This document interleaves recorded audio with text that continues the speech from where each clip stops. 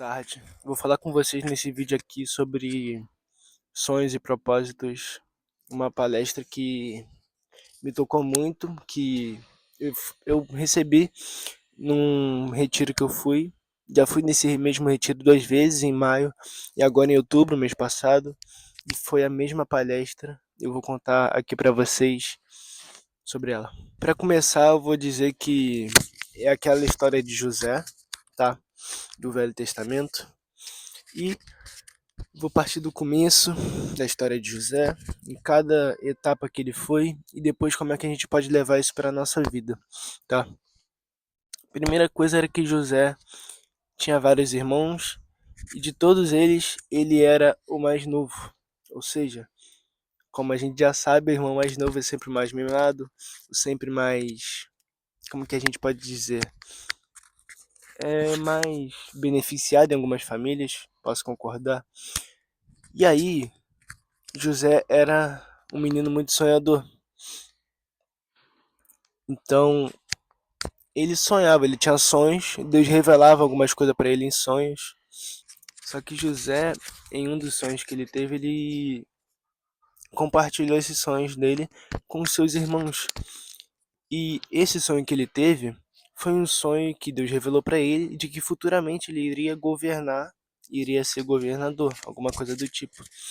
E José contou para seus irmãos, porque José não tinha essa inocência e José não, não tinha essa malícia de que os irmãos dele não gostavam dele.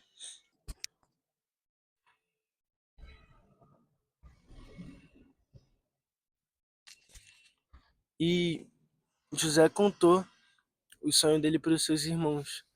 Esses irmãos que deveriam acolher José, eles venderam José de escravo para o Egito e deram a capa dele para o pai dizendo que ele tinha morrido, porque o pai já estava velho, Isaac, né? E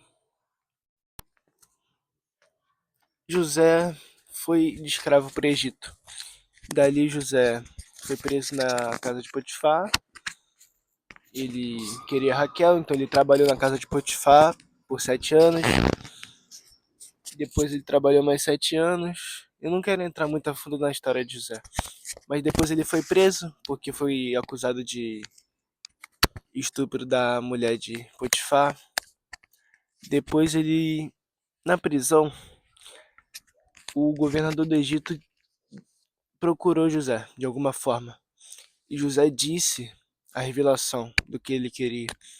E acabou que José foi governador do Egito nessa hora.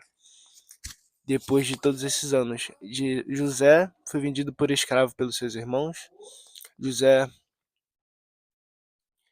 foi preso, trabalhou primeiro de escravo, foi preso e depois virou governador do Egito. Tá aqui que eu quero dizer com essa mensagem de José para vocês. Não quero me estender nesse vídeo aqui. Primeira coisa, José contou o sonho dele para as pessoas erradas. E essas pessoas, como tinham inveja de José, elas não apoiaram. Isso é uma primeira lição que você pode tirar para você. Não conte seus sonhos para as pessoas erradas, porque ninguém vai pescar um peixe que não abre a boca, certo? Segunda coisa, José confiou em Deus, independente do que ele estava passando. E o que eu quero mostrar para vocês, isso é o mais importante. Deus foi tratando José para ser governador do Egito. Cada problema que José teve na vida dele, desde ser vendido como escravo até ser preso, foi como que uma etapa que ele estava aprendendo, como um curso da vida que Deus fez para ele ser governador. Por quê? Primeira coisa, ele foi vendido por escravos, se acostumou com traição, se acostumou com pessoas que poderiam não ser tão confiáveis quanto ele esperava. E a segunda coisa que José pôde aprender nessas etapas.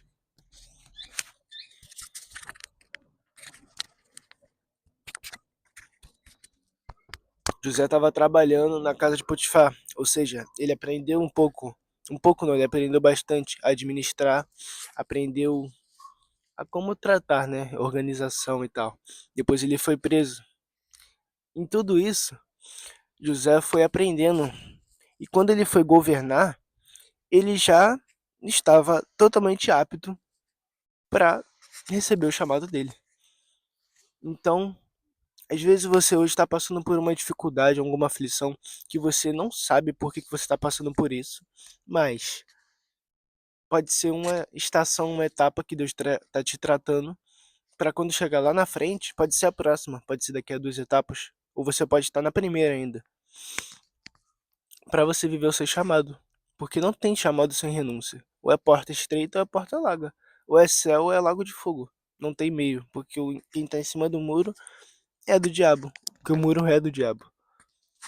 Então, primeira coisa que a gente pode tirar para você conseguir descobrir seu chamado e o seu propósito. Primeira coisa é que o chamado é uma coisa que te incomoda, é uma coisa que o Espírito Santo te chama para você conseguir enxergar. Como a gente está usando o exemplo de José aqui, você pode ver que José o tempo todo estava sendo. Ele não percebeu na hora, mas ele estava sendo indicado. Deus está falando: você vai ser governador, com todas as etapas, porque tudo indicava isso. Então, o seu chamado sempre vai ser uma coisa que você tem um pouco de medo e que o Espírito Santo vai te guiar para aquilo. O Espírito Santo vai te condicionar para aquilo, porque quando você se torna discípulo de Jesus e você abre seu coração para o Espírito Santo, você permite com que Deus faça com que você viva a vida que ele quer que você viva. A segunda coisa que eu quero falar com vocês é que o seu chamado dá mais para o outro do que para você.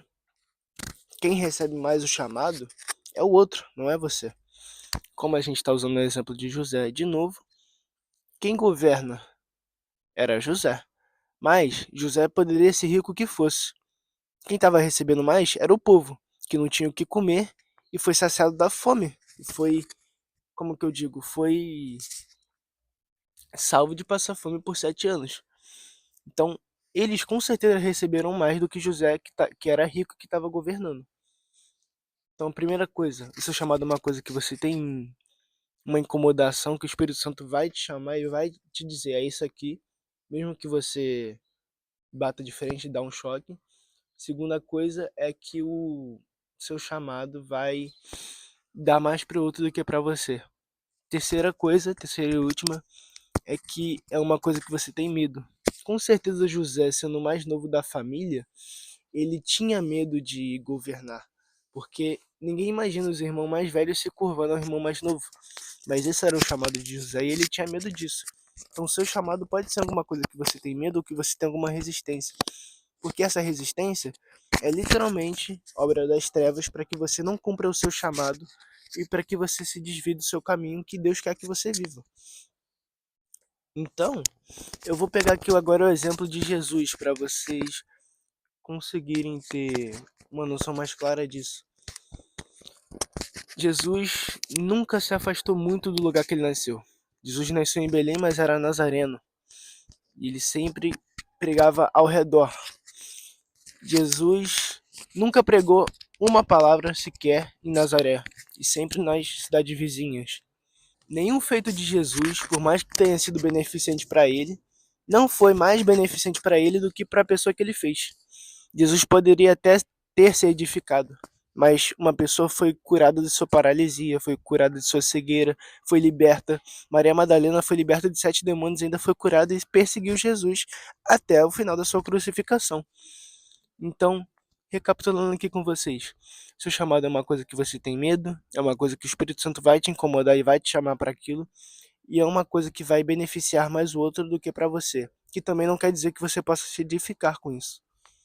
É isso, meus irmãos, eu quero que vocês com essa palavra possam refletir. Por favor, podem tirar um tempo para ler o livro de que se trata essa história de José. Prestem atenção nas entrelinhas, no contexto dos antecessores e os descendentes de José, para entender melhor o contexto histórico, e prestem bastante atenção na mensagem e adapte-se para o que você pode ter para você dessa mensagem. É isso que eu tinha para falar com vocês nesse vídeo. Espero que vocês tenham aproveitado melhor peço para que vocês possam. É isso, meus irmãos. Fiquem com Deus. Amém. Até o próximo vídeo.